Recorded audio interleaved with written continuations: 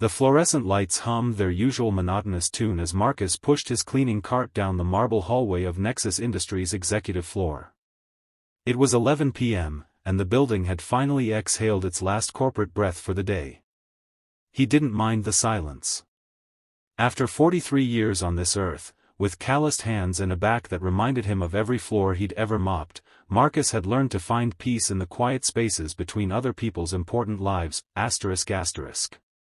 Sarah Chen stood alone in her corner office, staring at the wall of screens that had made her a legend in Silicon Valley. At 36, she'd built an empire on artificial intelligence that could predict stock markets, diagnose diseases, and compose symphonies. Her company was valued at $47 billion. Forbes had called her the Oracle of Tech. Yet tonight, the woman who could make machines think couldn't make one do something embarrassingly simple: understand why humans cry at weddings. Ms. Chen? Just need to empty your trash, Marcus said softly, knocking on the open door. She waved him in without looking, her eyes fixed on lines of code scrolling across multiple monitors. It doesn't make sense, she muttered. I've fed it 10,000 hours of human emotional responses. It can identify facial expressions with 99.7% accuracy. But ask it to explain why someone would weep with joy, and it gives me algorithmic garbage about contradictory biological responses. Marcus emptied the small wastebasket, noting the collection of energy drink cans and protein bar wrappers. This woman, like so many others he'd watched over the years, was forgetting to feed herself real food while trying to feed data to machines. Maybe that's your answer right there, he said, immediately regretting opening his mouth. He'd worked here for 12 years, perfected the art of being invisible, and here he was offering unsolicited opinions to a billionaire. Sarah turned, really seeing him for the first time. Her exhausted brain, desperate for any fresh perspective, seized on the absurdity of the moment. You know what? She laughed, not unkindly, but with the slightly manic edge of someone who'd been awake for 36 hours straight. Sure. Why not? The janitor can fix my AI. That'll be a great headline. She gestured to her keyboard with a theatrical flourish. Please, be my guest. Show my $47 billion algorithm what it's missing about human emotion. Marcus hesitated, his hand still on the cart. He should apologize, excuse himself, disappear back into the comfortable invisibility he'd cultivated. But something in her eyes stopped him, not mockery, but genuine desperation. He recognized that look. He'd seen it in the mirror 23 years ago, sitting in a hospital waiting room, holding his daughter's tiny hand while machines beeped out the rhythm of her struggling heart.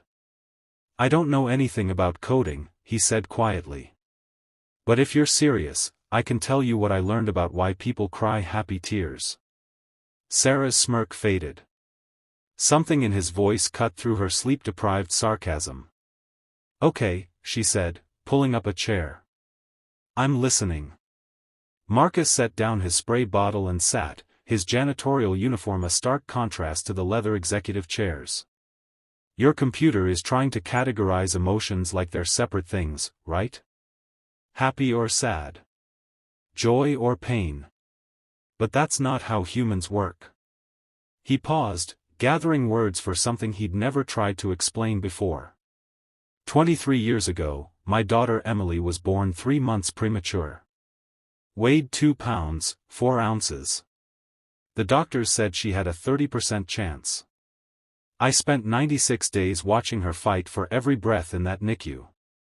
Sarah's fingers, which had been hovering over her keyboard, went still.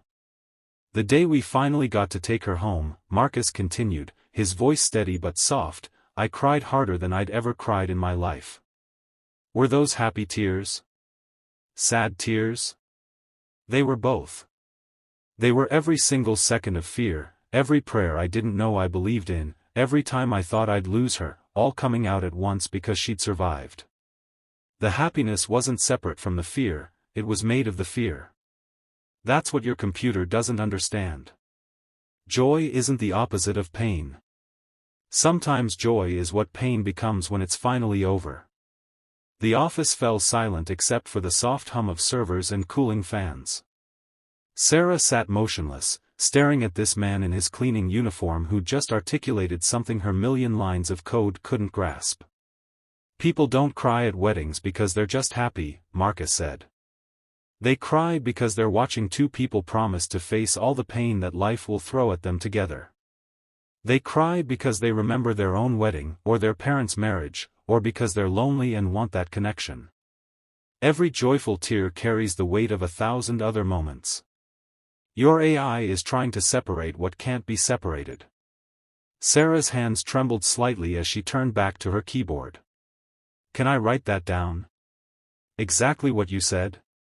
It's not really something you can code, Marcus started. No, but maybe I've been trying to code the wrong thing. Her fingers flew across the keyboard. What if instead of teaching it to identify emotions as discrete categories, I teach it to recognize that humans experience multiple emotions simultaneously, weighted by personal history and context?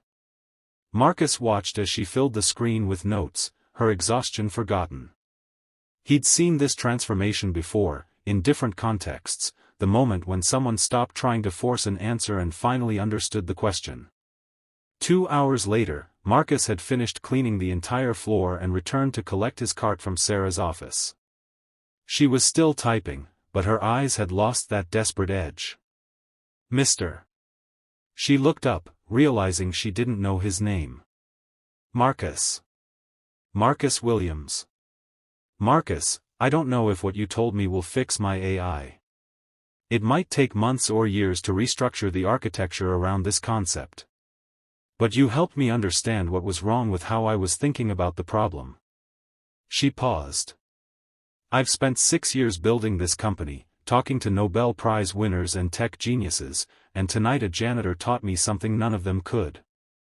My daughter's a software engineer now, Marcus said, allowing himself a small smile. Works for a startup in Austin. She's the genius. I just learned to pay attention to what matters. Sarah reached for her purse, and Marcus raised a hand. I don't need. I know, she interrupted. But would you let me do something? For your daughter, for her future, for. She struggled to find words. For reminding me why any of this matters? 6 months later, Marcus received an envelope at work.